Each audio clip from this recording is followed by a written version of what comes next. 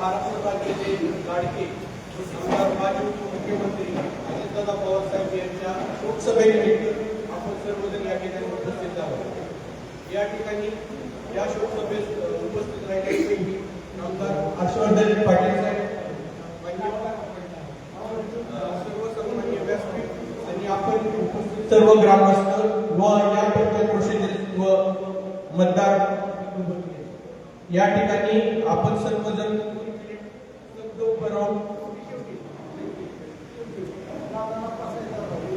या शोकसभेनिमित्त काही लोक आपले शोकसभेनिमित्त मनोगत व्यक्त करतील।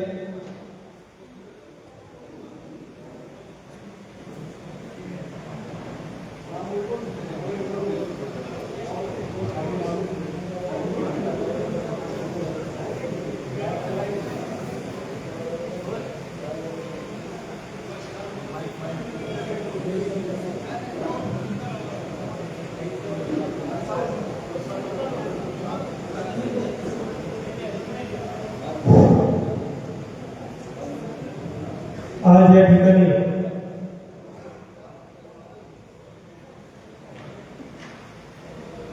आपण दुहेरी उद्दिष्ट समोर ठेवून या संसद लासोटे गावातील सर्वच प्रमुख मान्यवर त्या गावातील सर्व नेते मंडळी आपण इथं उपस्थित झालेला आहोत। पहिला उद्देश म्हणजे आपल्या राज्याचे उपमुख्यमंत्री आपल्या सर्वांचे लाडके नेते आदरणीय अजितदादा पवार साहेब यांचं 2 दिवसापूर्वी विमान अपघातामध्ये दुःखद असं निधन झालं। त्यांना भावपूर्ण श्रद्धांजली अर्पण करण्याकरिता आपण सर्वजण इथं जमलेलो आहोत। आणि दुसरं महत्वाचं उद्दिष्ट म्हणजे आता होऊ लागलेल्या 7 तारखेला ज्या जिल्हा परिषद आणि पंचायत समितीची जी निवडणूक चालू आहे, तर त्याकरिता तुम्हाला सर्वांनाच माहिती आहे की त्यावेळेसची परिस्थिती वेगळी आहे। वेगळी कशामुळे होतो की या राज्याचे माजी मंत्री आमदार हर्षवर्धन भाऊ पाटील असतील, आदरणीय दत्तमामा भरणे असतील, त्या सर्वांनी एकत्र येऊन ही निवडणूक लढवण्याचा निर्णय घेतलेला आहे। अजितदादा पवार साहेब त्यांच्या सूचनेवरून, त्यांच्या मार्गदर्शनाखाली, त्यांच्या स्वप्नातून साकार झालेली ही युती आणि त्या युतीला आपण सन्मानपूर्वक सगळ्यांनी त्या युतीचे धर्म पाळण्याकरिता म्हणून एकत्रित पद्धतीने ही मीटिंग लावण्याचा हर्ष भाऊंनी आणि दत्तमामांनी आपल्याला सूचना केल्या आणि त्याप्रमाणे आज संसद गणाची आता मीटिंग झाली आणि ही आता आपली लासोटे गणातील मीटिंग आता चालू आहे। मला तुम्हाला सर्वांना एवढंच सांगायचं आहे, त्या व्यासपीठावर जर बघितलं, हर्षवर्धन पाटील साहेब असतील, आदरणीय जाचक बापू असतील, आदरणीय अप्पासाहेब खंडाळे असतील, आदरणीय मधुमामा भरणे असतील, प्रतापबाबा असतील, छत्रपती कारखान्याचे सर्व संचालक असतील, आमचे मार्गदर्शक केसीआर पाटील असतील, विलासन्ना असतील, मोली काका असतील, सर्वच नेते मंडळी आणि तुम्ही सर्वजण समोरचे नेते मंडळी बसलेला आहात। आज आपल्याकडून एकच उद्दिष्ट पाहिजे, खऱ्या अर्थाने आदित्याला श्रद्धांजली तीच अर्पण होईल ज्यावेळेस दादांचं ग्रामीण भागातील जे स्वप्न होतं की माझा तळागाळातील माणूस, माझा शेतकरी बांधव त्या सगळ्यांना न्याय कसा देता येईल, त्या सगळ्यांची प्रगती कशी करता येईल या स्वप्नाकरिता अखंड आयुष्य आदित्यदादांनी स्वतःचं अर्पण केलेलं आहे आणि तेच करत असताना त्याला कळलं देखील नाही की आपली दुर्घटना कशा पद्धतीने केल्यानं आपलं स्वर्गवास कसं झालं। मला तुम्हाला एवढंच सांगायचं आहे की आमदार भाऊ असतील, दत्तमामा भरणे असतील, त्या सर्वांचं सगळ्यांचं एकच स्वप्न होतं, अजितदादाच्या मार्गावरती चालले होते, तोच मार्ग भाऊंचा असेल, त्यानंतर मामांचा असेल, तसं बसलेल्या सर्व नेते मंडळींचा आपला देखील आहे। आपण ज्यावेळेस काम करत असतो एक कार्यकर्ता म्हणून, त्यावेळेस तुमचं आमचं सगळ्यांचं काय काम असतं, आपलं स्वप्न काय असतं की माझ्या तळागाळातील गोरगरीब दलित बांधवांना, माझ्या मुस्लिम बांधवांना न्याय हक्क कसा देता येईल, आपल्याला त्यांची कामं कशी मार्गी लावता येईल। आणि तुम्हाला सर्वांना माहिती आहे की आता जे सत्ता केंद्र आहे की ज्याच्या अजितदादांच्या हातामध्ये होते, दादांनी नेहमीच आपल्या बारामती, इंदापूर ह्या सगळ्या परिसराला भाऊ झोपता माप देण्याचं काम केलेलं आहे। बरं, तर कोणत्याही पक्षाचा असं नका, ज्यावेळेस दादांकडे किंवा आजूबाजूचा असेल किंवा मामांचा असेल, कोणी का माझा कार्यकर्ता असेल, कोणी माझी माता भगिनी त्यांच्यापर्यंत काम घेऊन जात होते, त्यावेळेस त्याचं काम कसं करता येईल? कधी आपल्या इकडे पक्षपातीपणाचा कधी प्रभाव दिसलेला नाहीये. मी तर अनेक वेळा सांगितलं की भाऊ, ह्याच्या अगोदर आपण एक वेगळ्या विचारधारेतून काम करत होता, आम्ही वेगळ्या विचारधारेमधून काम करत होतो. पण मी पाठीमागे देखील भाऊ सदैव तुमचं कौतुक करत आलेलो, कारण मला माहिती की ज्यावेळेस ग्रामपंचायतीचा भाऊ सरपंच होतो इथं, त्यावेळेस मी हमेशा बघितलं की माझ्यासारखे सरपंच म्हणून इथं काम करणाऱ्या माणसाच्या वेळेस ज्यावेळेस काही प्रकारचे इथं माझ्यावरती आरोप करण्यात आले किंवा काही आणखी काही गोष्टी करण्यात आल्या, त्यावेळेस तुम्ही कॅबिनेट मंत्री होता आणि तुम्ही जर का मनात आणलं असतं तर माझ्यासारखे 100% तुम्ही त्रास देऊ शकला असता.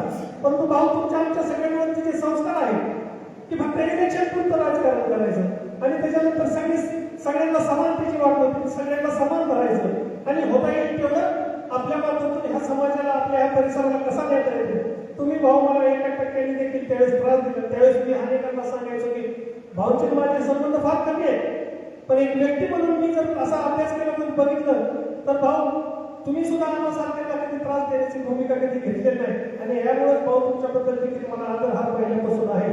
तसं तर तुमचं आणि आमच्या घराचं नातं फार जुनं आहे. लासोदेकरांचं तुमचं आमचं सगळ्यांचं नातं भरपूर जुनं आहे. आदरणीय जाचक पप्पू असतील, सगळ्यांचंच संबंध घेतं.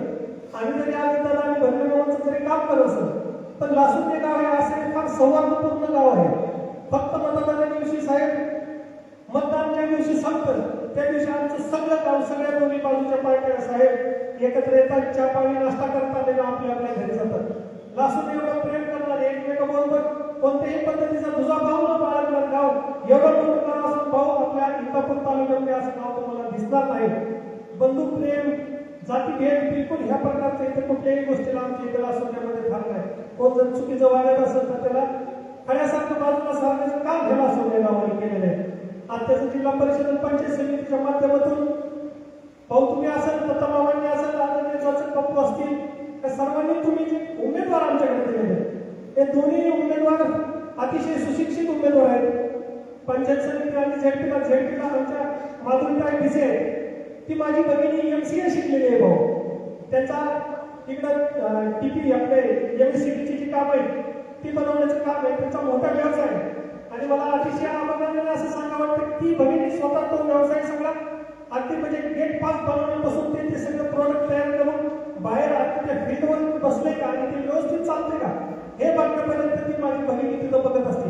एक सुशिक्षित भगिनी, म्हणजे मागासवर्गीय कुटुंबातून असून देखील शिक्षण त्यांनी घेतलं, चांगलं व्यवसाय चांगल्या पद्धतीचा उभा केलेला आहे आणि तुम्ही सर्वांनी तो उमेदवार दिला आहे, अतिशय चांगला उमेदवार आहे. त्यानंतर पंचायत समिती स्तरावरती तुम्ही आम्हाला हर्षवर्धन लोंढे म्हणून एक उमेदवार दिलेले आहेत, ते देखील सुशिक्षित आहे, डिप्लोमा इन सिव्हिल इंजिनियर झालेले, गेल्या 18 ते 20 वर्ष ते विद्याप्रतिष्ठानला सिव्हिल डिपार्टमेंट जे आपल्या इंदापूरचं आहे आदित्य पवारांचं ते डिपार्टमेंट सांभाळण्याचं काम करतात. ग्रामपंचायत सदस्य म्हणून त्यांनी देखील आधी काम केलेले. सर्वांना बरोबर घेऊन जाणारे हे दोन्ही आमचे उमेदवार आहेत भाऊ. तुमच्या सगळ्यांच्या आशीर्वादाने आणि समोर माझे सर्व जे कार्यकर्ते, माझे बंधू भगिनी बसलेले आहेत, या सर्वांच्या मेहनतीच्या जोरावरती भाऊ हे दोन्ही सीट, हे दोन्ही उमेदवार येत्या 9 तारखेला ज्यावेळेस मतदान पेटे ज्यावेळेस उघडतील त्यावेळेस भरघोस मतांनी हे दोन्ही उमेदवार आपले ते निवडून आलेले आपल्याला दिसणार आहे भाऊ. त्याच्याबद्दल माझ्या मनामध्ये तीळ मात्र शंका नाही. तुम्ही तुमचं काम केलेलं, आता आमच्या सर्व कार्यकर्त्यांचं काम आहे भाऊ, त्याच्यामध्ये आम्ही काही कुठं कमी पडणार नाही एवढीच तुम्हाला ग्वाही देतो. आणि या लासोदेमध्ये आपण सर्वजण ह्या मीटिंगच्या निमित्तानं तुमचं सर्वांचं मनपूर्वक मी स्वागत करून थांबतो. धन्यवाद. यानंतर आदरणीय ते सेपा बोलते.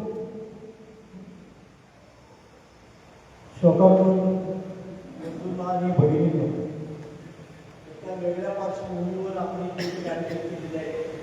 आपल्या सर्वांचे नेते, महाराष्ट्राचे उपमुख्यमंत्री स्वर्गीय अजितदादा पवार यांना श्रद्धांजली वाहण्यासाठी बैठक आयोजित केली आहे. मी सर्वप्रथम इंदापूर तालुका राष्ट्रवादी काँग्रेस शरदचंद्र पवार पार्टीच्या वतीनं स्वर्गीय अजितदादांना भावपूर्ण श्रद्धांजली अर्पण करतो. अजितदादा पवारांच्या आत्म्यास चिरशांती मिळो, आत्म्यास सद्गती प्राप्त हो अशी परमेश्वराकडे सुरुवातीला प्रार्थना करतो. या ठिकाणी एक वेगळं चित्र आपल्याला या जिल्हा परिषद आणि पंचायत समितीच्या निवडणुकीच्या माध्यमातून आपल्या समोर आलेलं आहे. या तालुक्याचे धुरंधर नेते आदरणीय हर्षवर्धनजी पाटील साहेब आणि कृषी मंत्री आदरणीय भोंडे मामा यांनी एकत्र बसून या जिल्हा परिषदेच्या आणि पंचायत समितीच्या निवडणुकीसाठी हे उमेदवार 24 उमेदवार तालुक्यात उभं केलेले आहेत। स्वर्गीय आदिदादा हयात असताना त्यांच्या संमतीनंच हे 24 उमेदवार एक मताने निवडलेले आहेत। आता अजितदादा आपल्यात नाही, त्यामुळं अजितदादांना खऱ्या अर्थाने श्रद्धांजली वाहण्यासाठी आपण सर्व कार्यकर्त्यांनी 24 उमेदवार प्रचंड मताधिक्याने निवडून द्यायचे आणि हीच खरी त्यांना श्रद्धांजली आहे। अजितदादा पवारांच्याबद्दल मी आपल्याबरोबर काही सांगावं हे हा विषय नाही, तर स्वर्गीय अजितदादा पवार हे आपल्या परिसरात नेहमी जाणं असायचं। त्यांचे वडील स्वर्गीय अमितराव पवार 1970 ते 1979 मध्ये छत्रपती कारखान्याचे संचालक होते।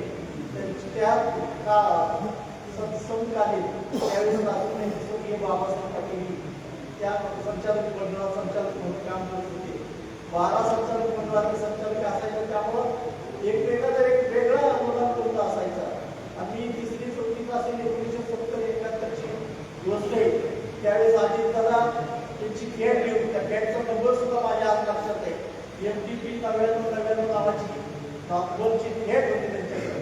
ती भेट घेऊन स्वर्गीय तात्यासाहेब पवार त्यांचे वडील त्यांना घेऊन आमच्या घरी येत असत आणि त्यावेळेपासून एक राजकीय करून देखना करून म्हणून ते माझ्या काय लक्षात राहिले। कालांतराने त्यांचे लहान मोठे श्रीनिवास पवार यांच्याशी मैत्री झाली। श्रीनिवास पवारी लासूरला हा वेळा आलेले नेहमी शालेय जीवनापासून त्याला येत असत। 2 महिन्यापूर्वी एका सांत्वनाच्या निमित्तानं अजितदादा पवार साहेब लासूर या ठिकाणी आले होते आणि सांत्वनासाठी आल्यानंतर त्या ठिकाणी जाताना त्यांनी त्या रस्त्याची दुरावस्था पाहिली आणि तो रस्ता असा का केलाय असं आम्हाला विचारलं। या रस्त्याचं रिइस्टिमेट करा, आपण त्याला हे करून रस्ता चांगल्या पद्धतीचा तयार करून घेऊ अशी सूचना त्यांनी जाता म्हणजे सांत्वनाला आले फार कमी वेळ होते, पण हे मामा आणि अजितदादा आले होते। तर त्या काळात सुद्धा त्यांनी त्या रस्त्याच्या ह्याच्याकडे लक्ष दिलं आणि लोकांना होणारे रस्ते दूर झाले पाहिजे हा दृष्टिकोन त्यांनी तिथल्या सूचना केल्या।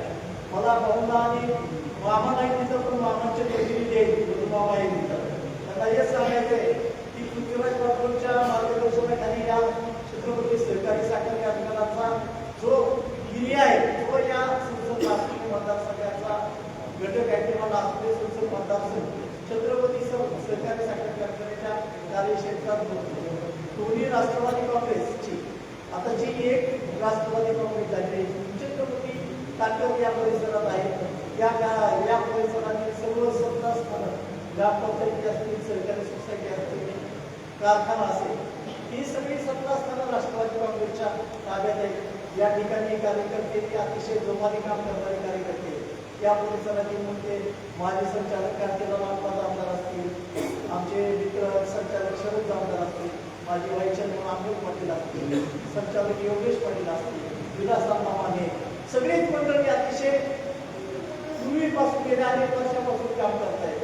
आपल्या नेतृत्वाखाली अजितदादांच्या नेतृत्वाखाली भरणे मामांच्या नेतृत्वाखाली काम करत आहेत। यामध्ये अमिनी काका असतील, त्यामुळे या परिसरात एक कार्यकर्त्यांचं भरपूर झालं आहे। आदरणीय पृथ्वीराज सध्या मार्गदर्शक या ठिकाणी कार्य करत आहे, त्यामुळे या परिसराची चिंता करण्यासारखं काही कारण नाही।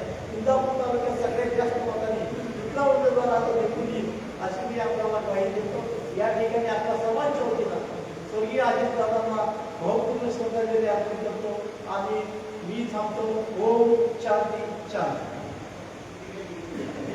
आदरणीय क्रांतिलाल प्रणामदार व्यासपीठावर आपण यानंतर ॲडव्होकेट शरदांचा साहेब असं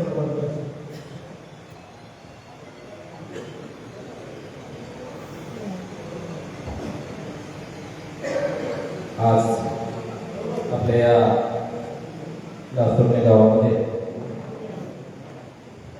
अतिशय जड अंतकरणाने या शोध सभेला आणि या सर्व बैठकीला आपण सर्व उपस्थित आहात। 28 तारखेला एक दुःखद बातमी सकाळी आपल्याला समजली आणि आपल्या सर्वांचे लाडके नेते अजितदादा आपल्याला सोडून गेले. मित्रांनो, खऱ्या अर्थाने राजासारखं मन आणि मनासारखा राजा असणारा हा नेता. दादा बद्दल सांगणं सगळ्यात वक्त्यांनी सांगितलंय. आपण समाज माध्यमाच्या तून पण बघतोय की दादावरती प्रचंड प्रेम करणारा हा महाराष्ट्र, हा बारामतीचा परिसर, की प्रत्येक ज्या विद्यापीठ संस्थेमध्ये आमचं शिक्षण झालं त्या मैदानावरती दादाला अत्यंत निरोप देताना अतिशय मनापासून वाईट वाटतं. त्या ठिकाणी घोषणा येत होत्या, एकच वादा अजितदादा, अजितदादा अमर आहे, दादा तुम्ही परत या. आपल्या लाडक्या बहिणी असते, गोरगरीब माणसं असतात, शेत मुलं असतात, प्रत्येकाला मनापासून दुःख होत होतं.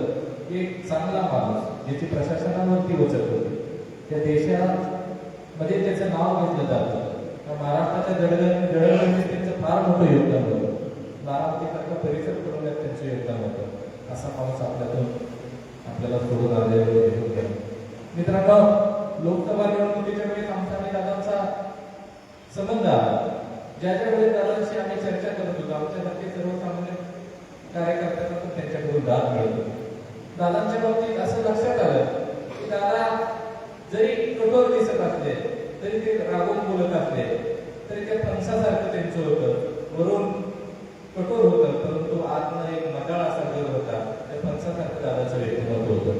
दादांच्या माध्यमातून छत्रपती सहकारी कारखान्याला आदरणीय पृथ्वीराज बापूंच्या माध्यमातून खूप मोठी मदत झाली आहे. वेळोवेळी दादांचं लक्ष आपल्या सहकारी कारखान्याच्या बाबतीत होतं, या परिसराच्या बाबतीत होतं. दादा वेळोवेळी बापूंना फोन करून कारखान्याच्या अडीअडचणीबद्दल विचारलं जात होतं, त्यातून मार्ग काढण्याचा प्रयत्न करत होते. तर या अर्थाने अनेक राजकीय त्यांच्यावरती आरोप प्रत्यारोप झाले, परंतु मला या ठिकाणी जाणीवपूर्वक एक गोष्ट सांगायची. मित्रांनो, या बारामतीच्या मातीत ज्यावेळी दादांनी आपला प्राण सोडला, त्याच्यावेळी त्यांच्यासोबत काही दागिने नव्हते, त्यांच्यासोबत काही कपडे लत्ता नव्हते, त्यांच्यासोबत काही पैसे नव्हते. तर दादांच्या हातात ही फाईल होती आणि त्या फाईलमध्ये गोरगरीब जनतेचे निवेदन होते, तुमच्या माझ्यासारख्या सर्वसामान्य कार्यकर्त्यांची कागदपत्र होती. आणि दादा हा कामाचा माणूस होता आणि काम करताना दादा आपल्याला सोडून. मित्रांनो, खऱ्या अर्थाने आपल्याला जर दादाला श्रद्धांजली द्यायची असेल तर खऱ्या अर्थाने कामाच्या माणसाला आपल्या कामातूनच आपण श्रद्धांजली दिली पाहिजे. त्या महाराष्ट्रासाठी आपण थांबलं नाही पाहिजे. आदरणीय दादांनी पृथ्वीराज एकत्र करून एक चांगला आदर्श दिला. जे 22 वर्ष संघर्षात होते, परंतु दादाने त्यांच्यासोबत मिटवून घेतलं. सर्वपक्षीय बैठकीला दादा स्वतः हजर झाले आणि कारखाना जो पूर्वपदावर आणण्यासाठी दादांनी प्रयत्न केले. आदरणीय दत्तामामा वर्गे असतील, आदरणीय हर्षवर्धन पाटील असतील, आप्पासाहेब जगदाळे असतील, यांना सुद्धा या स्थानिक स्वराज्य संस्थेच्या निवडणुकीच्या माध्यमातून एकत्र करण्याचा दादाने निर्णय घेतला. म्हणून मला असं सांगायचं आहे की आता एक जर काटे आपल्या हातात दिली तर आपण ती सहज मोडू शकतो, पण ज्यावेळेस अनेक काटे एकत्र करून त्याची जर मुळी बांधली आणि ती जर मोडायला गेली तर ती मोडता येईल का? शक्य नाही. म्हणून मित्रांनो, आपली ही मुळी दादांनी बांधलेली आहे. ही मुळी भाऊ आता इथून पुढे विस्तृत देऊ नका. आपल्या या निवडणुकीच्या माध्यमातून कामाच्या माणसाला आपण कामातून श्रद्धांजली अर्पण करूया. दादांनी जे उमेदवार आपल्याला दिलेले आहेत, 24च्या 24 उमेदवार दादांनी आपल्याला दिलेले आहेत. आता आपल्या जिल्हा परिषद गटामधून आमच्या गावातील माधुरीताई, या माधुरीताई दिसे या उमेदवार आहेत. त्याचबरोबर या लातूर मैदानातून हर्षवर्धन लोटे हे उमेदवार आहेत. त्या दोघांचं चिन्ह घड्याळ आहे. दादांना जर श्रद्धांजली जर अर्पण करायचे असेल तर दादांनी दिलेल्या सर्वांवरती आपण प्रेम केलं पाहिजे आणि आपण सगळ्यांनी दादांनी दिलेल्या मार्गावरती चाललं पाहिजे. कामाच्या माणसाला कामातून श्रद्धांजली आपण अर्पण करूया अशी मी आपल्याला विनंती करतो आणि मानतो. जय हिंद, जय महाराष्ट्र. धन्यवाद. यानंतर आदरणीय पृथ्वीराज बापूंचा आपल्याला मार्ग.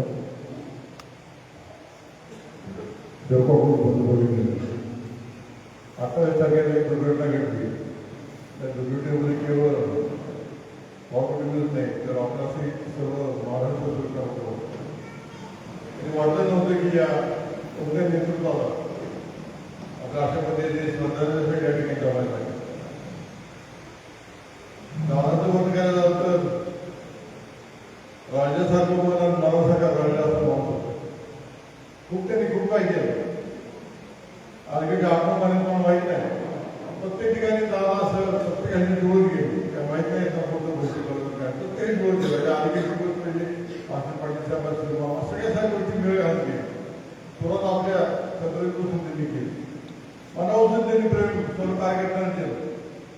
राजकारणात त्यांचं प्रचंड लक्ष होतं. त्यावेळी त्यांनी जेव्हा मला बोलून सांगितलं तर मला विश्वास असणार नाही, परंतु दादा सांगितलं हे करायचं आपल्याला, आम्ही जवळ पुढे घेतो त्यासाठी तुम्ही सरांकडे साथ केली. पण आज ती जबाबदारी सांगतो मला, आज छत्रपती जो चाललाय तर दादा मामाने आपल्यासारखं नसते ना, छत्रपती यांना चालू पण झाला नसतं, इतकी वाईट नसते. सारखी त्यांची चौकशी असेल, दर 1-1.5 दिवसाला बोलायचं. काही दाखला आम्ही 20 वर्ष बरोबर होतो सगळ्यांना माहिती. तर गेल्या 8-9 महिन्यात 20 वर्षाला आम्ही ठरवून इतकी भेटू शकतो नव्हती, इतकी आम्ही इतक्या वेळेस भेटतोय. बरेच वेळा दादा विमानात उतरले की आईला भेटायला यायचे, तिथे पुढे 12 ते कामाला जायचे घरी जेवून. बरेच जण हे सांगायचं मी कारखान्यात फोन यायचं केली की टेकआउट झाले तुम्ही एअरपोर्टला जाऊ. बऱ्याच जणी त्यांच्यावर येतो ते कामं सांग प्रचंड काम त्यांनी केले. फोन कधी केला की सांगायचे, विचारायचे, पहिलं वाक्य असायचं बोला बाबू काय अडचण, प्रत्येक वेळेस पहिलं वाक्य बोला बाबू. खंत वाटते की ते वाक्य ऐकण्यासाठी किंवा आश्वासन आहे की त्यामुळे माझ्या आयुष्यात कुणाच्या आयुष्यात ते वाक्य येणार बोला बाबू काय अडचण आहे. इतकी त्यांनी मदत केली, खूप त्यांनी मला मदत केली. जे आपले एसीडीसी काम असतात कुठे अडचणी असते दादाने सोडवलेले. माळेगावचे जे चेअरमन होते लक्ष सगळे छत्रपती असायचे, खूप त्यांनी मदत केली. तर आज 8 दिवसापूर्वीच बारामतीचं जिल्हा परिषद पंचायत समितीत नारळ फोडायचा कार्यक्रम होते कनेरी. खूप देखील बोलत होतो ते त्यांनी सांगितलं की बारामती तालुक्यात सांगत होते की कुठे आणले तिथे केवढं आणले खूप सांगत होते. नंतर माईक वळले म्हणले बाबा तुम्हाला वाटेल की हा बाबा फक्त बारामतीला सगळं देतोय, परंतु तुम्ही झडपी पंचायत नारळ फोडायला इंदापूर येणार तर इंदापूरसाठी काय काय करणार आहे ते मी तुम्हाला सांगेन. दुर्दैवाने तो दिवस विलंबला नाही, त्याची फार खर्च पडतो. अतिशय मोठं नेतृत्व आपण गेलो जेणे बोलतो गंभीर कधी म्हणायची की मी गेलो माझी जगाला मदत करतो. तुम्हाला कुठं सांगितलं बोलतो ना फटे सुटण्यापासून फरक पडत होता. फाट्याला मोठा कॅनल सुटण्यापासून फरक पडू शकतो. लाईटचे प्रश्न असे कुठले असतील, रस्ते असतील, एवढं नेतृत्व इतकं काम करायचं प्रचंड काम करत असेल. प्रत्येकाला त्यांचं वचक होतं. बारामती कुठं प्रशासनावर कुठलं काम असेल ते प्रचंडपणे करत राहील. त्यांनी ना बोलत असताना बोलता बोलले अगदी सहज बसून तुमचे काय निघतात भाषणात काही कळत नाही. शेवटचं भाषण ठरलं बोलावं बोलता बोलले माझं लग्न झालं म्हणजे मी डायरेक्टर होतो छत्रपती. मुलगा डायरेक्टर म्हणून सगळी मराठी म्हणायची, मुलगा डायरेक्टर. त्यावेळी म्हणजे माझं एकच स्वप्न होतं की आयुष्यात एकदा छत्रपती चेअरमन होईल. मी स्टेजवर मी शेजारी बहिणी बसले म्हणजे दादा माझी आसपत आहे असते म्हणजे थांबवतो काय नाही बहिणी असं होतं. अशा पद्धतीने मोठं नेतृत्व होऊन गेलेले अतिशय त्याची मनस्थिती काय झाली त्यांची नसणं त्यांच्या पदोपदी जाणवत राहणार. परंतु शेवटी काळ कोणाचं थांबत नाही. ती व्यक्ती आपल्याला काय स्मरणात राहते. हा माणूस महाराष्ट्रातल्या प्रत्येक माणसाच्या मनाला एक सत्कार होऊन गेला. शेवटी आपल्या डॉक्टर बाबासाहेब आंबेडकर यांनी घालून दिलेल्या संविधानाप्रमाणे निवडीचं पण चालायची. आपल्याला निवडी प्रक्रिया पार पाडायला लागला. ही आपली श्रद्धांजली सभा अधिक कार्यकर्त्याची मिटिंग आहे. आपण सर्वांनी हे करा. दादाला खऱ्या अर्थाने श्रद्धांजली वाढण्यासाठी आपल्या इंग्रजांना 24 ते 24 सगळ्यात जास्त पत्र आपण निवडून दिलं. हेच खऱ्या अर्थाने दादाला श्रद्धांजली वाढत. सगळे घटनेपेक्षा हा माझा तुझ्यावर सगळं सोडून द्या. सगळी मंडळी घेत राहिले. तालुक्यात बोलून पण राहिलं नाही. आपल्या तालुक्याची परंपरा आहे, त्या परंपरेत जाऊन आपण सर्वजण झाडून मतदान करून घ्या. आणि त्यांची इच्छा होती ही सर्व मंडळी एकत्र बसली नेते मंडळी. तर दादांनी म्हणले होते पाटील सर सांगतील त्यांच्या भाषेत आता तालुक्यात मला अडचण दिसत नाही. 24 ते 24 सीटं लागली पाहिजे. पण तुम्ही आपण सर्व करा. त्या 3-4 दिवस आपल्याला गेले, परंतु आता सर्वांनी झाडून मतदान करा. घड्याळाची चिन्ह ही सगळी सीटं आपण निवडून आणली पाहिजे. माझी विनंती आपल्या सर्व दासोले संस्थांच्या आणि नदीकाठच्या ह्या मंडळी ह्या काही बघतो एक नंबर ही युनिव्हर्सिटी निवडण्यासाठी आपण आम्ही काम करायचं आपल्याकडे विनंती करतो. त्यावेळी दादाला पण शांती लावेल आणि खऱ्या अर्थाने आपण दादाने केलेलं काम, त्यांचा नेटकेपणा, त्यांची स्वच्छता, त्यांचा अभ्यास हे सर्व गुण आपण अंगीकार आणि आपली सर्व चुकीच्या चांगल्या मताने घेऊन दादांना भावपूर्ण श्रद्धांजली अर्पण करूया. मी आदित्य दादांना आपल्या छत्रपती कारखान्याच्या सर्व सभासदांचे होते, सर्व संचालक मंडळाचे होते, सर्व कामगार, सर्व कोणी कामगार आपल्या सर्व गावाचे होते, आमच्या कुटुंबियांचे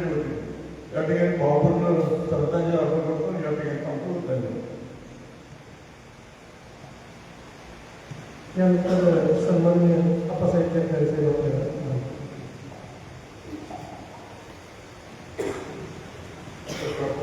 बंधू भगिनी, 28 तारखेला दादाची दुःख घटना घडली आणि आपल्या सर्वांना मोबाईलच्या माध्यमातून टीव्हीच्या माध्यमातून संपूर्ण महाराष्ट्राला ही गोष्ट कळल्यानंतर लाखोच्या संख्येने लोक बारामतीला जमा झाले. दादा हे दादा होते. संपूर्ण महाराष्ट्र त्यांच्यावरती प्रेम करत होता. सर्वसामान्य कुटुंबातला शेतकऱ्याचे, शेतमजुराचे, सर्व समाजाचे दादाने केलेल्या कामाचा आणि दादाचा स्वभावाचा संपूर्ण महाराष्ट्राला माहिती असल्यामुळे लाखोच्या संख्येने त्या ठिकाणी लोक जमा झाले. दुसऱ्या दिवशी तेवढे देशातून लोक जमा झाले. दादा आपल्याला सोडून गेले ही खंत पुणे जिल्ह्याला जास्त वाटलं, पश्चिम महाराष्ट्राला वाटली आणि त्यातल्या त्यात इंदापूर बारामतीला जास्त बसले आणि जास्त लोकांना मी दादांना माझ्या कुटुंबाच्या वतीनं भावपूर्ण श्रद्धांजली अर्पण करतो. काल तिसरा दादा शेवटी निवडणूक प्रक्रिया चालू आहे. निवडणूक प्रक्रियेला उमेदवार उभा दादांनी त्या ठिकाणी दादा भाऊ मामांनी या ठिकाणी आपले उमेदवार उभा केले. शेवटी या उमेदवारासाठी दादांनी सांगितलेल्या ह्याप्रमाणे आपल्यावरची जबाबदारी आता अनेकच वाटते. प्रत्येकाला वाटत होतं की मला कधी दादांचा फोन येईल आणि मी तिथं पडेल, पण आज दादा आपल्याला फोन करण्यासाठी नाही, सभेला येण्यासाठी नाही, आपणच दादा, आपणच दुसऱ्या खालच्या कार्यकर्त्यांना फोन करा आणि दादाची जागा आपल्याला या ठिकाणी या निवडणुकीमध्ये भरून काढावी लागेल अशा प्रकारची विनंती मी संसद बाजूने गटातील सर्व कार्यकर्त्यांना करतो. दादांसाठी हेवे दावे सोडा, गटात गावातले गटगट सोडा, मान अपमान सोडा. या कार्यकर्ता पुढे गेला म्हणून तुम्ही मागे राहतो. या गोष्टी उद्याच्या निवडणुकीमध्ये दादांसाठी आपल्याला या गोष्टी कराव्या लागणार आहे. दादाची इच्छा माझ्याची भावने बोलून दाखवली, मामाने मला परवा बोलून दाखवली. त्यावेळेस आम्ही मंडळी एका सेकंदामध्ये आम्ही कुठल्याही गोष्टी तरी केलेल्या या गोष्टी दादाची प्रताभाबाई आहे, हनुमाबाई आणि सचिन सपकाळ बापोय आम्ही बसलो. इंदापूरला सगळी लोक बोलवली आणि त्या ठिकाणी दादांनी सांगितलं की काल आम्ही विद्या प्रतिष्ठानावर होतो त्याच्यावरती नगरला आणि आमच्या आणि साहेबांची त्या ठिकाणी चर्चा झाली.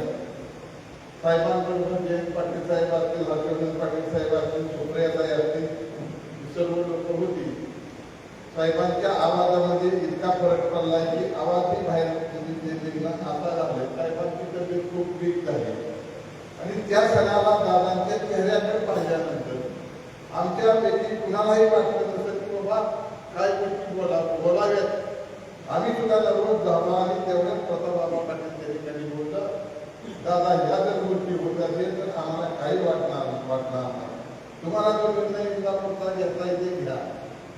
आणि त्या क्षणाला आम्ही त्या ठिकाणी दुसऱ्या गोष्टी झाल्या, बापूही काही गोष्टी बोलले आणि आम्ही त्या ठिकाणी आलो. एकाच सेकंदात आम्ही सगळा विषय हे करून टाकला. शेवटी इतर नामदार हर्षवर्धन पाटील साहेब आहे, त्यांनी सुद्धा दादा हे बसल्यानंतर समज गैरसमज आपला आहे, कुठल्याही त्याची गोष्ट असे करा तसे करे म्हणले नाही. मामा दादा पवार साहेब सुप्रिया साहेब म्हणतील ते बी काही कमी नव्हते. शेवटी निवडणूक झाल्यानंतर त्यांची आणि आपली झालीच असते, पण जरूर लगेच झाले त्यांनी सुद्धा दोन पावलं मागे सरले. आणि म्हणून कार्यकर्त्याला सुद्धा मला विनंती करायची, भाऊसारखा माणूस मागे सरतो, दादा धन्यवादासारखा माणूस मागे सरतो. आपण कशासाठी ह्या गोष्टी करतोय? जनतेच्या मनामध्ये काय नाही, जनतेला झालेले आवडले कुठेतरी आपण त्याच्यावरती मोबाईलवरती काय करतो एखादा माणूस तयार करून सोडलेला असतो त्याच्यावरती आपण काहीतरी क्लिक करण्याचा प्रयत्न करतो की जनतेला आवडला का नाही तुम्हाला बी माहित आहे. फक्त आपल्या कार्यकर्त्यांची दादाच्या प्रेमाखातीर कुठल्याही प्रकारचा काही मनामध्ये आणू नका. त्याचा पोळी मान बाजूला ठेवा. काल थोडा मतदान करण्यासाठी एवढा मोठा तालुक आहे, जवळजवळ 26 उमेदवार उभा आहेत. या करताना उद्याच्या निवडणुकीमध्ये राष्ट्रवादी पक्षाच्या आदरणीय दादाने दिलेल्या पवार साहेबांनी दिलेला सुप्रियाताईंनी बदलीमानाने खासगी दिलेल्या उमेदवाराला आपण मतदान करा. आपला आता काळजी टाका. अगोदरची सिच्युएशन वेगळी होती. भाऊचा तिथे उमेदवार असला तर मामाचा उमेदवार कोण द्यायचा हा प्रश्न होता. त्यावेळेच्या उमेदवाऱ्या अगोदर फायनल झालेल्या होत्या. फायनल उमेदवाऱ्या तुम्ही कसं बदलणार? एकदा बाद सुटल्यानंतर तो माघारी घेता येत नव्हते. मग आता काय म्हणतील तर ह्याला उमेदवारी त्याला आखरी व्हावं. तुमची परिस्थिती असेल आणि आमच्याकडे सुद्धा नगरपालिकेची निवडणूक झाल्यानंतर सगळी लोक गेली होती. कसे उभा करायचं? सगळ्या गोष्टीचा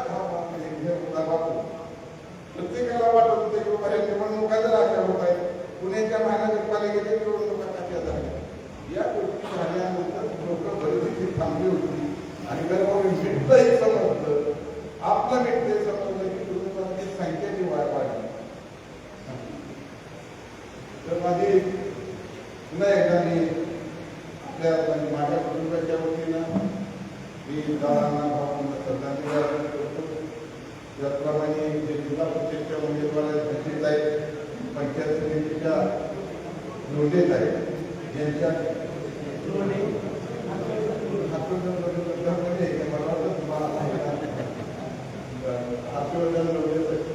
त्यांच्या घड्याच्या समोर बटन दाबून त्यांना आपण मतदान करा.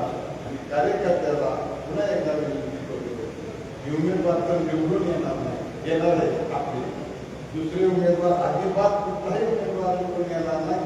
थोड्या बहुत प्रमाणात मुख्य मतदान करणार आहे. म्हणून आपण बाहेर होणार.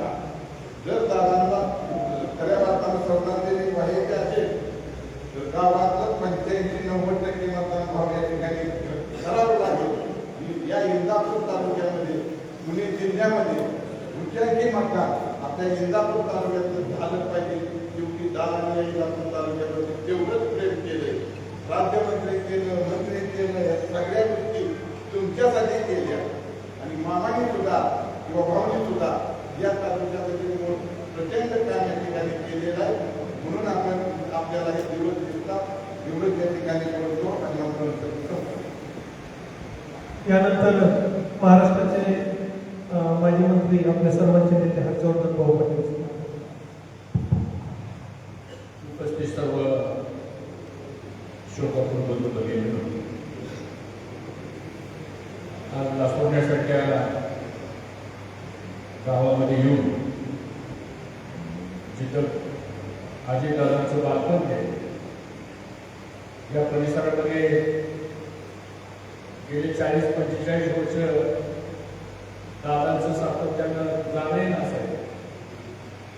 अशा गावामध्ये येऊन दादांना श्रद्धांजली अर्पण करावी असा दुर्दैवाचा प्रसंग तुम्हाला सर्वांच्या आणि म्हणून आज आपल्या सगळ्यांच्या वतीनं इंदापूर तालुक्यातल्या सर्व जनतेच्या वतीनं मी दादांच्या प्रतिमेला भावपूर्ण श्रद्धांजली अर्पण करतो.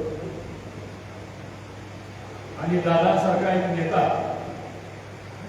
की ज्याचा माझ्या अगोदर अनेक वक्त्यांनी भावना व्यक्त केल्या,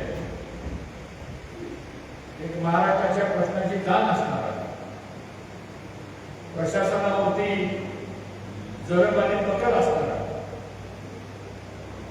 आणि एखाद्या माणसाने जर अर्ज दिला तर तो अर्ज न वाचता त्या माणसाचा चेहरा बघून त्या अर्जामध्ये काय लिहिले एवढं अचूक ज्ञान असणार आज अजितदादांसारखं एक नेतृत्व दुर्दैवानं आपल्यामध्ये नाही. कुणाला आजही विश्वास बसत नाही की दादा आपल्याकडे आणि म्हणून आम्ही सकाळपासून आम्ही सर्वजण सगळ्या भागामध्ये जातोय.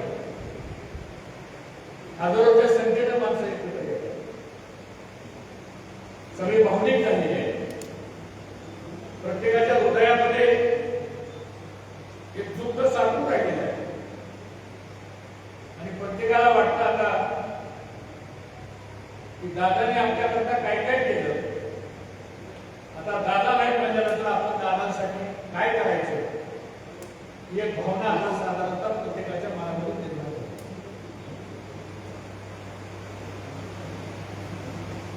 गेले महिना 2 महिने झालं दादांचा आमचा खूप म्हणजे खूप जवळचा संपर्क झाला.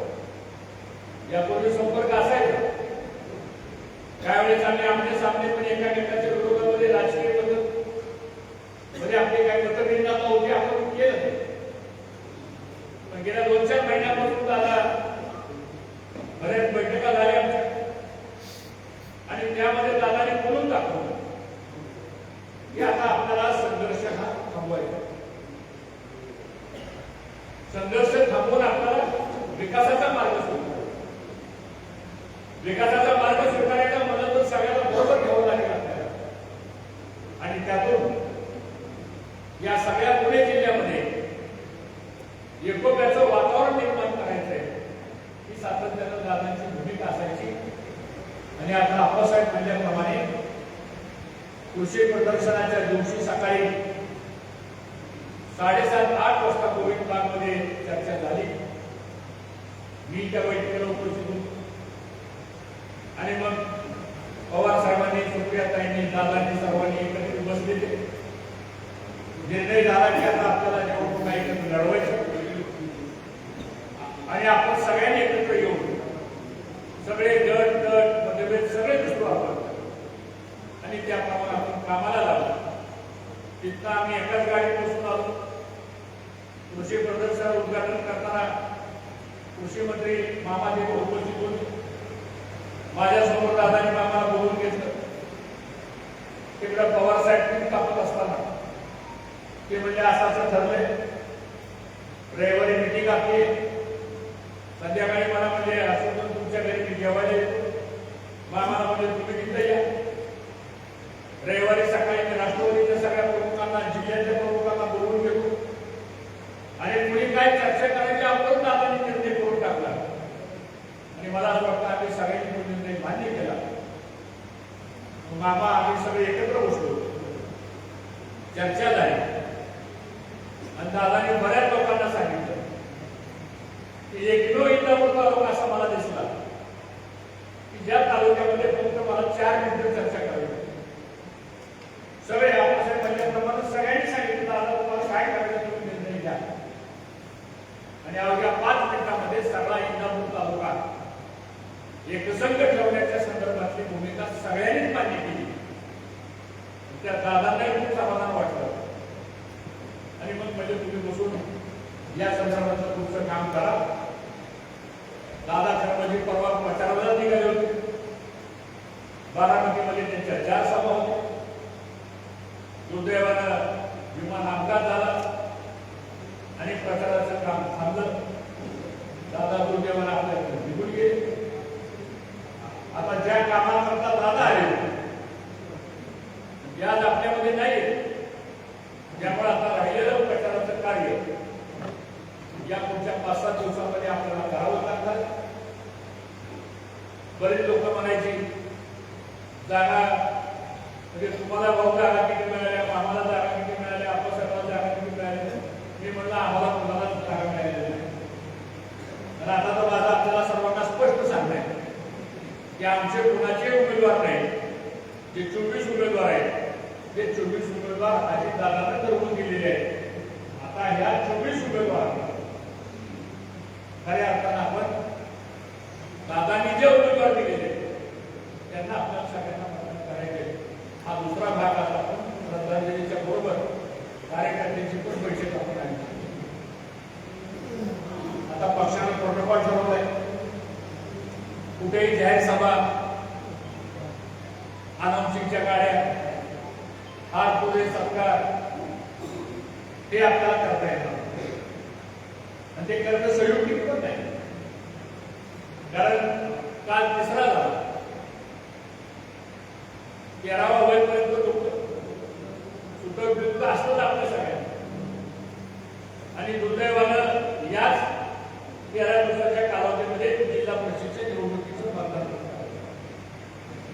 ही एकमेव अशी परिस्थिती आपल्यासमोर आलेली आहे. एका बाजूला दादांच्या जाण्यानं झालेलं दुःख आणि दुसऱ्या बाजूला डॉक्टर बाबासाहेब आंबेडकरांनी लिहिलेल्या घटनेच्या संविधानात आम्हाला मतदान करण्याची प्रक्रिया ती आता 7 तारखेला मतदान होणार आहे. आणि मग आता आपल्या सगळ्यांची जबाबदारी आता अशी आहे की या सगळ्या बाबतीमध्ये आपल्याला खूप काळजीपूर्वक लक्ष द्यावं लागणार आहे आणि खऱ्या अर्थानं दादांना जर श्रद्धांजली द्यायची असेल आपल्याला तर जे दादांचं स्वप्न होतं की मला या तालुक्याच्या 24 जागा तुम्ही उठणार, त्या 24 जागा त्या घड्याळावरच्या आपण निवडून ज्या दिवशी आपण 9 तारखेला आणू त्या दिवशी खऱ्या अर्थानं इंदापूर तालुक्याचा स्वाभिमानी कार्यकर्ता आणि सामान्य मतदार यांनी दादांच्या बद्दल आदरानं एक भावपूर्ण श्रद्धांजली अर्पण केली असं या ठिकाणी आपल्याला सांगता येईल आणि ते सांगण्यासाठी आम्ही सर्वजण आपल्यासमोर या ठिकाणी आज कल्पना करा आज मामा काही येऊ शकले नाही आपल्या मीटिंग. कालच मला रात्री त्याचा फोन आला म्हणजे राष्ट्रवादी विधिमंडळ पक्षाची बैठक आहे, सगळे आमदार खासदार त्या ठिकाणी बोलवले. रात्री सुमित्रा वहिनी त्या मुंबईला गेल्या, पहाटे 3 वाजता गेले. कधी विचार केला आपण या गोष्टीचा? ज्या पत्नीचा पती गेला का रक्षा विषयात घेतला छातीवरती एवढा दुखाचा दगड ठेवून आता त्यांची निवड उपमुख्यमंत्री म्हणा किंवा त्या पक्षाच्या बैठकीमध्ये जो निर्णय घेऊन ठरवतील. राष्ट्रीय अध्यक्ष दादा गेल्यामुळं कोणाला करायचं? उपमुख्यमंत्री पद सीएलपी लीडर ज्याला विधिमंडळ कामकाज समितीचा नेता म्हणतात तो कोणाला करायचं? आणि मग एवढ्या सगळ्या दुःखाच्या परिस्थितीमध्ये सुद्धा आज ती आमची महिला भगिनी जबाबदारी घ्यायला तयार होती. याचा सुद्धा विचार आपण सगळ्या कार्यकर्त्यांनी सुद्धा करण्याची आवश्यकता आहे. त्यांनी जबाबदारी यासाठी घ्यायला तयार झाल्या की दादा गेले, पवार कुटुंब अडचणीत आलं आणि पवार कुटुंबावर प्रेम करणारा महाराष्ट्रातला सर्वसामान्य माणूस सुद्धा हा सुद्धा अडचणीत आलेला आहे. त्याला जर मदत करायची असेल आपल्याला, त्याला जर संरक्षण द्यायचं असेल आपल्याला आणि त्याला जर आशेचा किरण निर्माण करून द्यायचा असेल आपल्याला तर हे दुःख थोडंसं मी बाजूला ठेवते. पण तुमच्या करता ही जबाबदारी घेण्याच्या संदर्भात सुद्धा सोपं काम नाही. विचार करा तुम्ही ह्या गोष्टीचा सांगितलं फार आवड काम आहे, पण केवळ आणि केवळ दादाने उभा केलेली माणसं, दादाने उभा केलेला कार्यकर्ता, दादाने उभा केलेल्या छोट्या मोठ्यापासून मोठ्या संस्था, त्या शिक्षणाच्या असतील, त्या कारखानदारीच्या असतील, त्या औद्योगिक असतील, त्या गाव पातळीपर्यंतच्या काम करणाऱ्या संस्था असतील, या सगळ्यांच्या बाबतीमध्ये उद्या आपल्याला कोण आश्रय देणार आहे? कोण आपल्या शेतीचा पाण्याचा प्रश्न सोडवणार आहे? कोण आपल्या भागाला विकासाकरता मदत करणार आहे? हे सगळे प्रश्न आज एका बाजूला प्रचंड दुःख झालेला असताना सुद्धा त्या प्रश्नाची विचारविनिमय कोण करतंय? तरी पवार कुटुंबाची माणसं. म्हणून आपल्याला सर्वांना जबाबदारी आहे. म्हणून मी जास्त वेळ आपला काही घेणार नाही. तर लोक मी सगळे आपले प्रमुख कार्यकर्ते मी मागाशी म्हणल्याप्रमाणे प्रोटोकॉल पक्षाचा ठरलेला आहे. त्यामुळं जागा तर निवडून आपल्या सगळ्या येतील त्याबद्दल दुमत नाही. पण मतदानाची टक्केवारी जर कमी झाली, मतदान जर कमी झालं तर राहिलेलं मतदान सुद्धा हे आपलंच राहणार आहे. आणि म्हणून माझ्या सगळ्या कार्यकर्त्यांना या ठिकाणी विनंती आहे की आपलं गाव, आपला बूथ आणि आपल्या परिसरातलं मतदान या पुढच्या 4-5 दिवसाच्या काळामध्ये ज्यांनी त्यांनी आपापला बूथ जर व्यवस्थित केला, आपापलं गाव जर व्यवस्थित केलं, मला असं वाटतं अधिक मतदान आपल्या उमेदवाराला घड्याळाला जसं होईल आणि खऱ्या अर्थानं इंदापूर तालुक्याच्या होणाऱ्या विक्रमी मताच्या माध्यमातून दादांना आपण फार मोठी श्रद्धांजली त्या मताच्या रूपाने आपण लोकशाही मार्गातून आपण देऊ शकू. हे खरं आपल्या सर्वांच्या ठिकाणी जबाबदारी आहे. या गटामध्ये जिल्हा परिषद करता आमच्या उमेदवार माधुरी विषय इथं उपस्थित आहेत. दुसऱ्या उमेदवार आपले हर्षवर्धन धोंडे या ठिकाणी पंचायत समितीचे आपले उमेदवार आहेत. आणि पलीकडच्या पंचायत समितीकडे मगाशी आम्ही संसदला गेलो तर भवन सुरणकरांची मुलगी त्या ठिकाणी आपण पंचायत समितीकरता उभी केलेली आहे.